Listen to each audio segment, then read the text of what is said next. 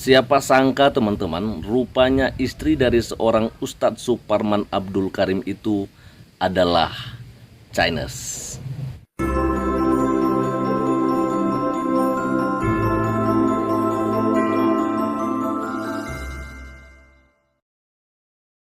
Puji Tuhan, Shalom. Assalamualaikum warahmatullahi wabarakatuh. Om Swastiwastu, Namo Buddhaya, Salam Kebajikan. Dan saya percaya hampir sebagian besar kita semua yang ada di channel ini kenal dengan Ustadz Suparman Abdul Karim.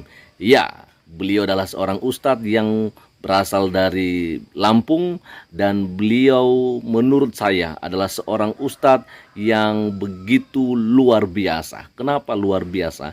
Karena beliau tak pernah sedikit pun saya mendengarkan ceramah-ceramahnya itu menjelek-jelekan agama lain dengan Ustadz Abdul Somad, dan masih banyak lagi ustadz-ustadz yang lain yang biasanya mereka itu hanya modal menjelek-jelekan agama yang lain.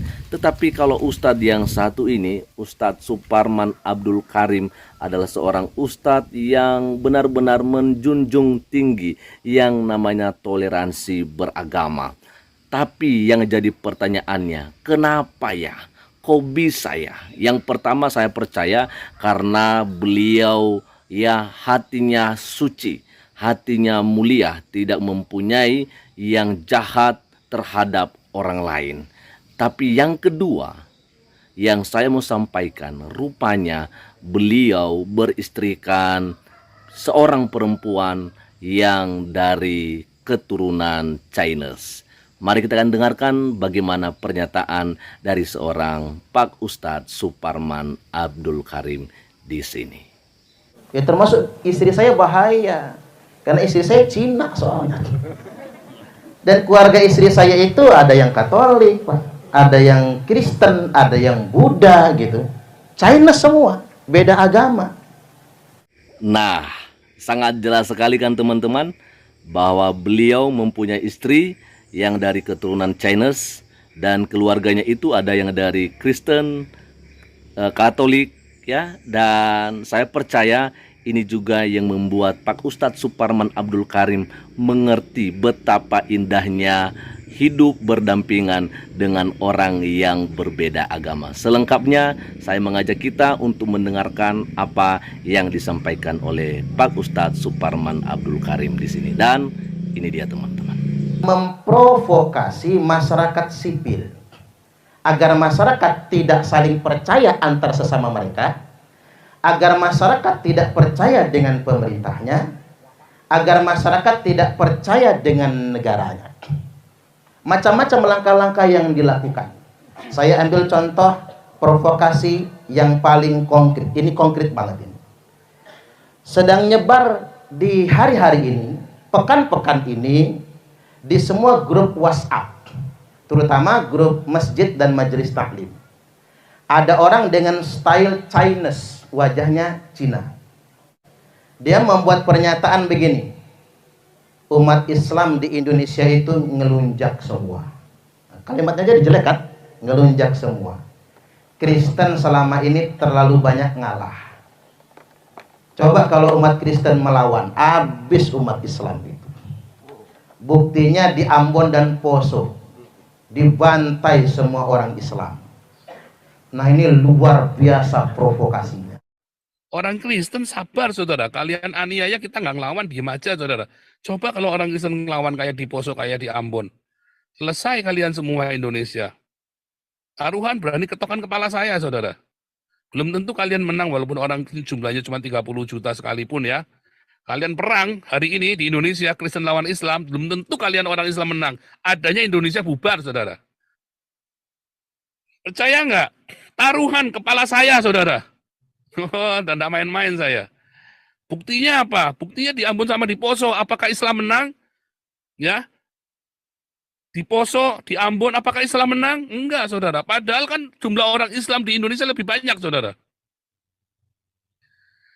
Buktinya apa? Indonesia kan 400 tahun kalian ditaklukkan oleh Belanda, padahal jumlahnya Belanda lebih sedikit. Nggak akan menang. Buktinya seluruh negara Arab di dunia ini hari ini di bawah kakinya orang-orang kafir, saudara. Hati-hati. Orang yang sumbunya pendek, gampang betul meledus, gampang panasan, gampang marah-marah. Padahal begitu saya konfirmasi ke beberapa jenderal di Mabes Polri, bagaimana dengan video ini? Apa kata para jenderal? Orang ini adalah alat kepentingan asing. Dia sengaja dijadikan alat untuk memprovokasi, mengadu domba bangsa Indonesia, dan dia disimpan di Jerman. Makanya nggak bisa dikejar sama polisi, dilindungi oleh Jerman atas nama kebebasan. Jadi sedemikian rupa, satu langkah saja dia jejekin kaki ke Indonesia, langsung disikat itu oleh kepolisian. Contoh lagi, Saifuddin Ibrahim. Dia itu Ustadz Al-Zaitun. Yang aneh-aneh itu kemarin. Ustadz Al-Zaitun lalu masuk Kristen jadi pendeta. Lalu menjelek-jelekkan Islam, menghina Islam, menghina Al-Quran. Dia disimpan di Amerika Serikat dan dilindungi. Ada lagi Veronica Koman. Nama aja Kuman kan? Itu memprovokasi dari Australia terkait dengan Papua. Kita sebel banget, tapi nggak bisa nangkap karena dilindungi oleh Australia. Balik ke konten yang pertama tadi. Ini orang seolah-olah dia Kristen, seolah-olah dia Chinese. Pernyataan dia ini itu sangat membahayakan umat Kristen dan sangat membahayakan etnis Cina. Betul nggak? Ya termasuk istri saya bahaya. Karena istri saya Cina soalnya. Dan keluarga istri saya itu ada yang Katolik, Pak. Ada yang Kristen, ada yang Buddha gitu. Chinese semua, beda agama. Kemudian yang berikutnya, pernyataan dia yang mengatakan kalau umat Kristen melawan, umat Islam habis dibantai. Buktinya Poso dan Ambon. Itu sangat provokatif. Dia membangkitkan luka lama. Padahal sebetulnya konflik Poso dan Ambon tidak ada pemenang, semuanya kalah, betul nggak? Yang Muslim banyak jadi korban, yang Kristen juga banyak jadi korban. Ini bahaya sekali provokasi yang kayak gini. Dan itu sebetulnya bukan perang agama, Bapak Ibu. Setelah ditelusuri sekarang, itu ternyata siasat adu domba untuk menggagalkan reformasi. Nah, saya sebelum Ramadan ceramah di Kupang, Nusa Tenggara Timur. Di Kupang itu Pak Gunadi agama Katolik mayoritasnya. Jadi saya ceramah di sana Bapak Ibu, pesertanya 70% non-Islam. Katolik, Kristen, baru sisanya yang Islam. Dan mereka mau mendengarkan ceramah saya. Dalam obrolan-obrolan mereka cerita, Ustadz, konflik Ambon Poso hampir meluas di Kupang juga. Cuman begini, di Kupang itu Katolik, Kristen, Islam itu satu keluarga. Kakaknya Katolik, kakaknya lagi Kristen, adiknya Islam. Jadi mereka saling mengenal, cuman beda agama. Jadi begitu ada kejadian pembakaran gereja, kami liatin muka-mukanya kok nggak ada yang kenal. Disitulah kami sadar, oh ternyata yang bakar gereja ini bukan umat Islam. Karena kalau Islam, mereka kenal siapa orangnya. Ternyata yang bakar gereja ini oknum. Tujuannya apa?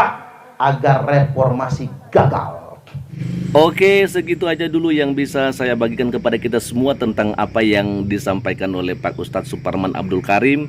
Kita sudah mendengarkan sekali lagi bahwa beliau adalah seorang ustadz yang beristrikan dari keluarga Chinese. Dan tentunya apa yang tadi disampaikan oleh beliau seharusnya menjadi sebuah pembelajaran bagi kita, bahwa sebagai anak bangsa kita tidak perlu membuat hal-hal yang tidak baik, ya. Jangan kita ingin, ya, memecah belah negara ini.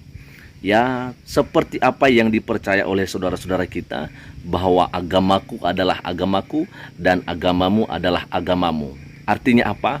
Mari kita, ya, terus meyakini, mempercayai dan mengimani setiap ajaran agama kita masing-masing tanpa mengganggu orang lain yang berbeda agama dengan kita. Saya pikir itu aja teman-teman. Artinya bahwa iman kita kepada Sang Pencipta dan kepada Tuhan yang kita sembah dan kita yakini adalah satu-satunya Tuhan, mari kita benar-benar ya menjaganya, jangan sampai dinodai oleh hal-hal yang tidak baik.